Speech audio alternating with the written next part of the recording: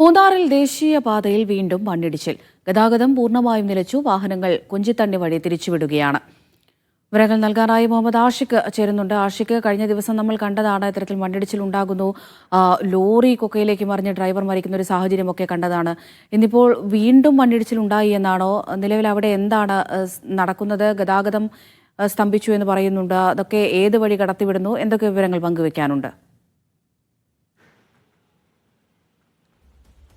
അമൃത, ഇന്നലെ രാത്രിയാണ് മൂന്നാറിൽ ദേശീയപാതയിൽ മുൻപ് ഗവൺമെന്റ് കോളേജ് പ്രവർത്തിച്ചിരുന്ന പ്രദേശത്ത് മണ്ണിടിഞ്ഞ് വീണത്. അവിടെ ദേശീയപാതയിലേക്ക് മണ്ണിടിഞ്ഞ് വീഴുകയും ലോറി കൊക്കയിലേക്ക് പോയി ഡ്രൈവർ 58-കാരനായ ഗണേശൻ എന്ന മൂന്നാർ സ്വദേശി മരിക്കുകയും ചെയ്തിരുന്നു ഇന്നലെ രാത്രി. ആ പ്രദേശത്താണ് ഇന്നലെ രാത്രി തന്നെ കൂടുതൽ മണ്ണിടിഞ്ഞ് വീഴുന്ന സാഹചര്യം ഉണ്ടായത്. മുൻപ് 2018 പ്രളയകാലത്ത് വലിയ മണ്ണിടിച്ചിലുണ്ടാവുകയും മൂന്നാർ ഗവൺമെന്റ് കോളേജിന്റെ പ്രവർത്തനം അടക്കം നിലച്ചുപോയ പ്രദേശത്താണ് ഇപ്പോൾ വീണ്ടും മണ്ണിടിച്ചിരിക്കുന്നത്. രാത്രി നിരന്തരം മണ്ണിടിച്ചിലുണ്ടാവും. വ്യാപകമായ നാശനഷ്ടം മണ്ണിടിഞ്ഞുണ്ടായിട്ടുണ്ട് എന്നാണ് മനസ്സിലാക്കുന്നത്. ദേശീയപാതയിലൂടെയുള്ള ഗതാഗതം പൂർണ്ണമായും നിലച്ചിരിക്കുകയാണ്. അതുവഴി കടന്നു പോകാൻ കഴിയാത്ത സാഹചര്യമുണ്ട്. വലിയ തോതിലുള്ള മണ്ണ് പാതയിലേക്ക് വീണ് കിടക്കുന്ന സാഹചര്യം നിലവിലുണ്ട്. ഇതുകൊണ്ട് കുഞ്ചിത്തണ്ണി വഴി വാഹനങ്ങൾ തിരിച്ചുവിടുകയാണ് ഇപ്പോൾ ചെയ്യുന്നത്. കുഞ്ചിത്തണ്ണി വഴിയാണ് അതുവഴി കടന്നു പോകാനുള്ള അവസരം ഇപ്പോൾ ഉള്ളത്. മണ്ണ് നീക്കാനുള്ള നടപടികൾ ആരംഭിച്ചിട്ടുണ്ട് എന്നാണ് പറയുന്നത്. പക്ഷേ വളരെ ശ്രമകരമായ ദൗത്യമായിരിക്കും ദേശീയപാതയിൽ നിന്ന് മണ്ണ് നീക്കുന്നത്. ചെളിയും പാറക്കല്ലുകളും അടങ്ങുന്ന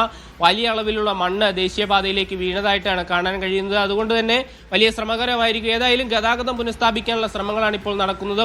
ഇടുക്കി ജില്ലയിൽ പൊതുവിൽ മഴ ഇപ്പോൾ മാറിയിട്ടുണ്ട്. കഴിഞ്ഞ ഏതാനും ദിവസങ്ങളായി ശക്തമായ മഴ ലഭിച്ചിരുന്നു. ഇന്നലെ വൈകിട്ട് റെഡ് അലർട്ട് എല്ലാം പ്രഖ്യാപിച്ച സാഹചര്യം ഉണ്ടായിരുന്നു. എന്നാൽ നിലവിൽ ഹൈ റേഞ്ചിലും ലോ റേഞ്ചിലും മഴ മാറി നിൽക്കുന്ന സാഹചര്യമാണുള്ളത്. അപകട സാധ്യത ഒഴിഞ്ഞതായാണ് കണക്ക് കൂട്ടുന്നത്.